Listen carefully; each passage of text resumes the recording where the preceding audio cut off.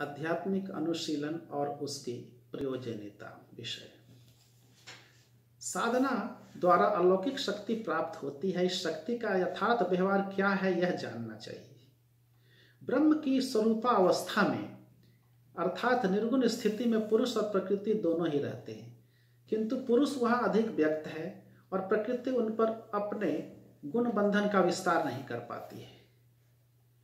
निर्गुण की यह दुर्बल लाभ प्रकृति पुरुष की इच्छा मात्र से ही गुण दूर हो जा सकती है, किंतु पुरुष ऐसा नहीं करता है। गुण बंधन की अनुपस्थिति से पुरुष के ऊपर प्रकृति का आधिपत्य विस्तार की इच्छा भी नहीं जागती है। पुरुष के ऊपर प्रकृति के बंधन का विस्तार होने पर ही इस प्रकार की इच्छा जागती है। इसलिए पुरुष की दुर्बलता के कारण ही उसके प्रभुत्व फैलाने की इच्छा जागती है। इससे पुरुष प्रकृति के बंधन के अधीन हो जाता है और प्रभुत्व कायम रखने में असमर्थ हो जाता है। इसलिए पुरुष कभी भी प्रकृति के ऊपर प्रभुत्व नहीं कर सकता है। साधना के द्वारा मनुष्य धीरे धीरे प्रकृति के बंधन से मुक्ति लाभ करता है और इससे जो शक्ति प्राप्त होती है उसे भी वह धीरे धीरे अर्जन करता है। प्रभुत्व की लालसा से साधना द्वारा अर्जित इस शक्ति का प्रयोग का अर्थ ही है फिर से प्रकृति के बंधन में पड़ना। प्रकृति का गुण बंधन ही शक्ति प्रयोग करने की इच्छा जगाता है। इसलिए शक्ति प्रयोग की इच्छा या शक्ति का प्रयोग मनुष्य द्वारा विशेष रूप से इच्छित तथा बहुत कष्ट से अर्जित मुक्ति का बाधक हो जाता है और वह फिर से उसको विपरीत धारा में ले जाकर प्रकृति के नियंत्रण के अधीन कर देता है। मनुष्य तब प्रकृति का बंधन नहीं काट सकता है। मनुष्य दूसरे से यश पाने की लालसा से साधना द्वारा प्राप्त शक्ति का दुरुपयोग करता है। अलौकिक शक्ति के प्रदर्शन द्वारा मनुष्य सहज ही दूसरों से प्रशंसा पाता है तथा उनका श्रद्धेय यहाँ तक कि आराध्य बन जाता है। साधारण मनुष्य उनको बहुत बड़ा साधक समझते हैं। विभूति प्रदर्शन के पीछे यही अभिप्राय रहता है। दूसरों की श्रद्धा भक्ति पाने की इच्छा अविद्याश्रयी मान तथा मद इन पाश रिपु के बस में डाल देती है। इस अभिप्राय से शक्ति का व्यवहार मन को अविद्याश्रयी बना देता है और यह अविद्या माया मनुष्य का अधः पतन कराती है। इसलिए अलौकिक शक्ति का व्यवहार मनुष्य को अविद्या के अधीन कर देता है और उसका नैतिक अधपतन कराता है। अनेक व्यक्ति ऐसा मानते हैं कि दुख की निवृत्ति के उद्देश्य से जैसे कठिन रोग से मुक्त कराने के उद्देश्य से साधना लब्ध शक्ति का प्रयोग करना उचित है, किंतु इसके पीछे भी युक्ति नहीं है। प्रत्येक को अपना अपना कर्मफल भोगना होगा और रोग शोक या दैव दुर्घटना ये सभी कर्मफल भोग के ही भिन्न भिन्न रूप हैं। भगवान सर्व मंगलमय हैं तथा उनकी सृष्टि के नियमानुसार ही मनुष्य को कृत कर्मों का फल भोगना पड़ता है। इसी भोग के माध्यम से मनुष्य अन्यान्य से दूर रहने की शिक्षा ग्रहण करता है। मनुष्य के द्वारा उनके कृत कर्मों का फल भोग कराने के पीछे भगवान का यही उद्देश्य है। साधना लब्ध अलौकिक शक्ति के द्वारा इस चिरंतन नियम का उल्लंघन करना कल्याणकारी नहीं है। कृत कर्मों का फल अवश्य ही भोगना होगा। इससे मुक्ति दिलाना बड़े से बड़े साधना साधक की शक्ति से भी बाहर है। वे केवल सामयिक रूप से भोग को रोक दे सकते हैं, किंतु कर्म के कर्ता को अवशिष्ट कर्म फल का भोग अवश्य ही करना होगा। आवश्यकता होने पर इसके लिए पुनर्जन्म ग्रहण करना होगा। कठिन व्याधि भोग रूप दंड मनुष्य को कुकर्म के कुफल से सचेत कराकर उसके मन में मुक्ति की इच्छा जगाता है, किंतु अनेक भ्रष्ट और अज्ञ साधक अपनी साधना द्वारा प्राप्त अलौकिक शक्ति के सहारे मनुष्य को भोग यंत्रणा से सामयिक निष्कृति देकर इस जागृति के सुयोग से उसे वंचित कर देते हैं। वास्तव में वे आर्त का कल्याण से अधिक अकल्याण ही करते हैं। साधना लब्ध शक्ति के प्रयोग को नास्तिकता कहा जा सकता है, क्योंकि अति प्राकृत शक्ति की सहायता से भगवान द्वारा सृष्ट नियम की धारा में व्यतिक्रम लाना तथा भगवान की सर्वशक्ति मता की अवहेलना करना क्या एक नहीं है। कोई जल के ऊपर चलकर नदी के उस पार जा सकते हैं, जलती हुई अग्नि के भीतर से चलकर पार हो सकते हैं, या अत्यंत आश्चर्यजनक रूप से किसी को कठिन रोग से मुक्त कर सकते हैं, किंतु यह सब करने के लिए उसको अवश्य ही जल तथा अग्नि से स्वाभाविक धर्म का तथा प्रकृति के कर्म फल भोग का नियम भंग करना होगा। यदि नदी के जल पर चलने से कोई भी डूब जाता है, अग्नि के संस्पर्श में कुछ भी आने पर जल जाता है, उसी प्रकार मनुष्य को कृत कर्म का फल भोग करना ही है। इन सभी अनिवार्य परिणाम से बचने का अर्थ ही हुआ भगवान के प्रभुत्व को अस्वीकार करना। यह केवल अस्वीकार करना ही नहीं है, वरन सृष्टि के मौलिक उद्देश्य को नस्यात कर देना है। इससे बढ़कर नास्तिकता और क्या हो सकती है। प्रत्येक कर्म का प्रतिकर्म है और यह अवश्यम भावी है। अलौकिक शक्ति का व्यवहार भी एक कर्म है। इसको नास्तिक कर्म या अपकर्म कहना ही ठीक होगा। ऐसे कर्म का परिणाम भोग मनुष्य को अवश्य ही करना होगा, और जब तक उससे सभी कर्मों का बीज या संस्कार भोग निर्मूल नहीं हो जाता है, तब तक उसके लिए प्रकृति के बंधन से मुक्त होना संभव नहीं है। इसलिए आध्यात्मिक साधना द्वारा प्राप्त अलौकिक शक्ति के व्यवहार किसी भी अवस्था में उचित नहीं है। इसका व्यवहार केवल अधः पतन का ही कारण होता है। इसलिए इस शक्ति के व्यवहार का लोभ यत्न पूर्वक संवरण करना होगा। साधना के द्वारा मुक्ति लाभ होता है, अतः इसके लिए एक विशेष कौशल की आवश्यकता है। जिन्होंने यह कौशल जान लिया है, केवल वे ही सिखा सकते हैं। इसलिए आध्यात्मिक साधना सीखने के लिए उपयुक्त शिक्षक ढूंढना होगा। अतएव आध्यात्मिक साधना सीखने के लिए गुरु का प्रयोजन क्या अनिवार्य नहीं है? क्या कोई अपने आप ही यह सीख सकता है? दूसरे किसी के द्वारा फाटक खोले बिना या जंजीर से मुक्त किए बिना, हाथ पैर बंधा बंदी अपनी सैकड़ों चेष्टाओं द्वारा भी स्वयं को कारामुक्त नहीं कर सकता है। उसी प्रकार प्रकृति ने अनुजीव को बांध कर इस सुविस्तृत विश्व कारागार में डाल दिया। किसी व्यक्ति या दूसरे की सहायता बिना मुक्ति पाना कभी भी संभव नहीं है। इसके अतिरिक्त किसी के लिए कोई कला कौशल अपने आप पूर्ण रूप से सीख लेना संभव नहीं है। इसके लिए सुविज्ञ शिक्षक का प्रयोजन है, जो सिखा सकते हैं या जिनका अनुसरण किया जा सकता है। ऐसे अत्यावश्यक शिक्षक को ही गुरु कहा जाता है। आध्यात्मिक साधना का कौशल भी गुरु से सीखना होता है।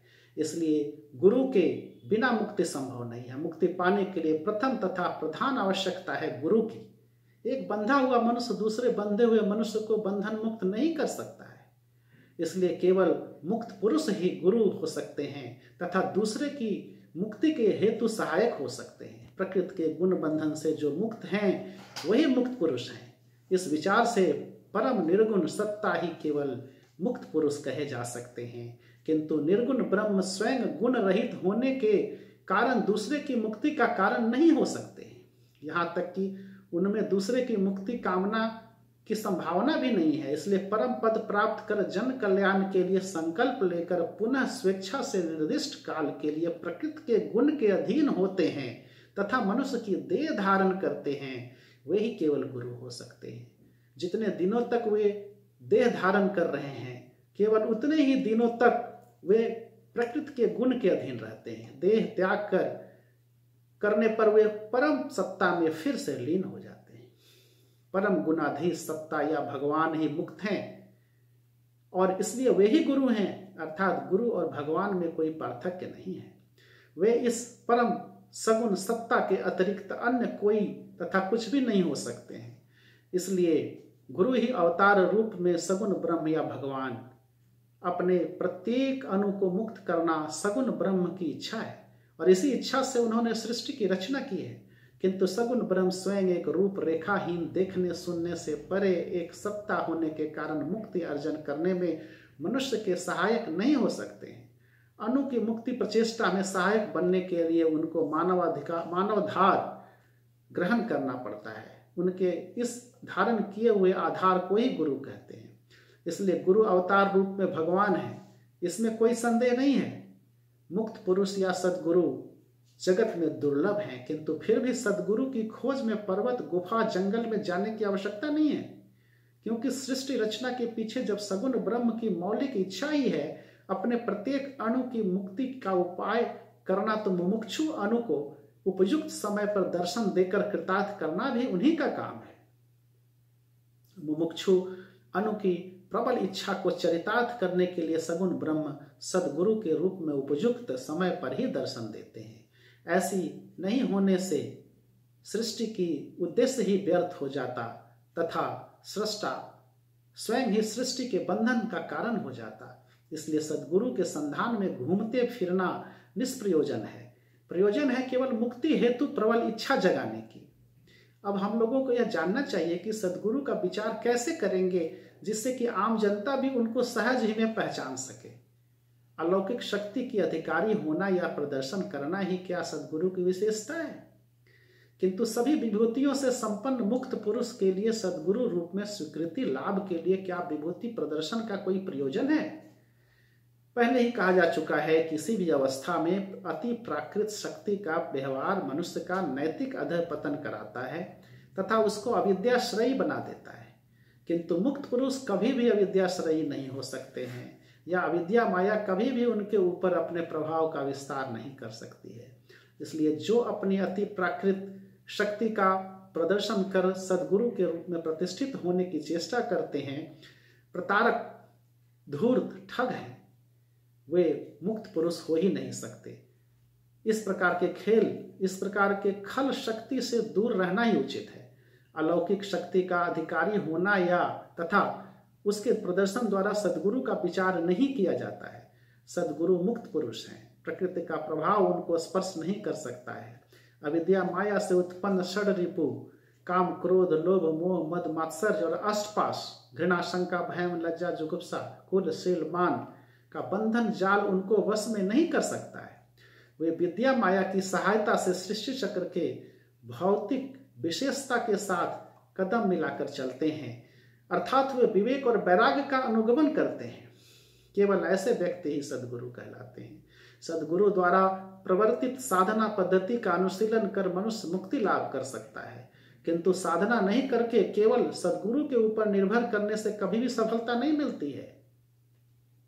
बिना साधना के मुक्ति असंभव है, इसलिए साधना सभी को करनी होगी। अनेक के मन में ऐसी भ्रमात्मक धारणा रहती है कि उनकी स्वयं कोई चेष्टा करने की आवश्यकता नहीं है, सद्गुरु की कृपा से ही वे मुक्त हो जाएंगे।